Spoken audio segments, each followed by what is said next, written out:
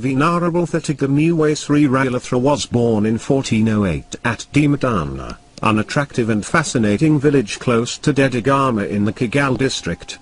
He was named in lay life as Jayabakimayu, as a result of his mother Kira Elkimari, the elder sister of Queen of Paragramabahu, who passed away in the first year of his birth, and his father Wikramabahu being ordained after a lapse of 2 years of his birth. He was taken by family members and well-wishers to the palace of Kote and was placed under the guardianship of King Paragramabahu VI, Siri Parakumba, 1412-1467.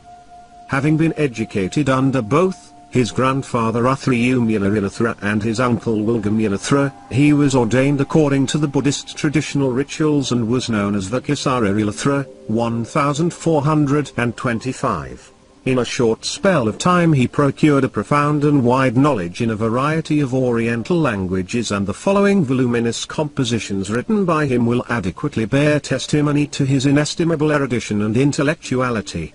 Buddhagaj Jaya 1430, Virthamala Sandisaya 1435, Bhairavi Sandisaya 1445, Salihini Sandisaya 1447, Koyaskaraya 1449, Panchikapradpaya 1457, Buddhapasadiniya 1480. Sarkaskada and Moilam Sandisaya.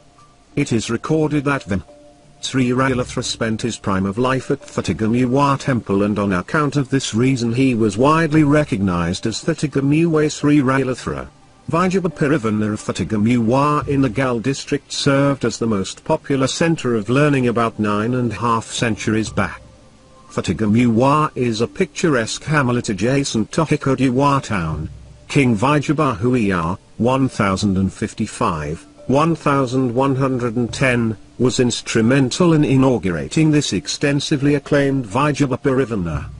It is the presumption of our historians and archaeologists that this edifice would have been a 5-storied building and a dominant institution of education equivalent to a university where diverse subjects were in the curriculum, including the Tamil language. It is assumed that this monastery was later renovated and refurbished as a 2-storied structure by King Paragramabahu of 1326.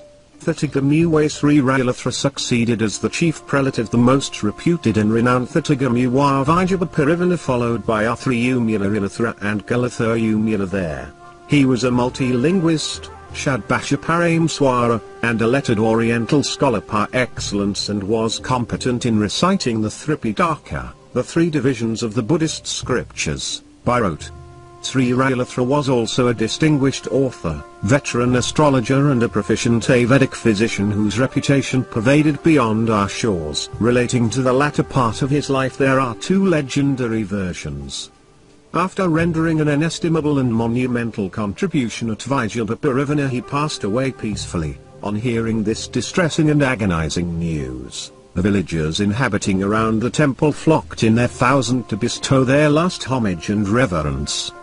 Fearing a possible transference of this mysterious holy body, supposed to have growing hair and nails, by the Portuguese, 1505 to 1658, to some other locality, the villagers had concealed the mortal remains at Ambana Ndrugiri cave close to El Pitia in the Gal district for safety and security. The second rendition is that he had departed Vijayapurivana and had resided at Ubigoda temple at Monaragala and Dikwela for a brief period, and finally settled down at Ambana Ndrugiri cave surrounded by a mammoth woodland at that period, 1476. It is in the folktale and legend that he was also an exorcist who had decreed demons to execute manual labor work to intensify the protection and security of Ambana cave and the vicinity.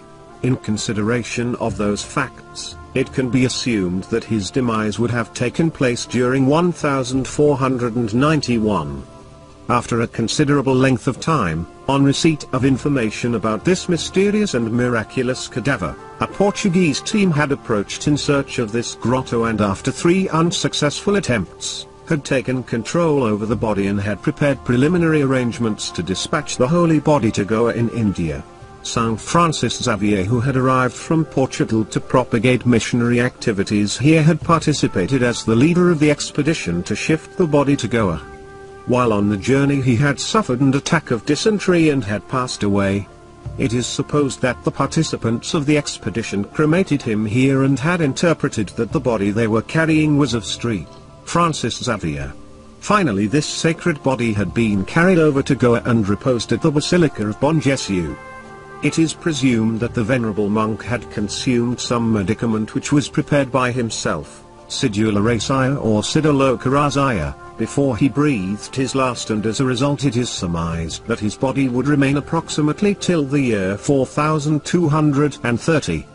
This fact is embodied in the final stanza engraved by him on a sheet of copper before his demise, which is depicted below. Christians too are in possession of similar legendary and historical factors to prove and establish that this cadaver is of St. Francis Xavier. Hence time is opportune to focus the attention of the officials concerned to get this bone of contention cleared and resolved to ascertain whether this extraordinary mortal remains are of Venerable Sri Rahula or St. Francis Xavier. This is the space era, and it will not be an intricate task or a complicated exercise to establish by the application of modern technology and science whether this prodigious cadaver is of Asian or Western origin. The conspicuous and significant services rendered by Ven Sri Rahula, especially in the poetical field, cannot be characterized in abridged form, as it is a Herculean task. Particularly the Sinhala Buddhist community owes a deep debt of gratuity to Venerable Sri Rahula for his multifarious and multiplex services.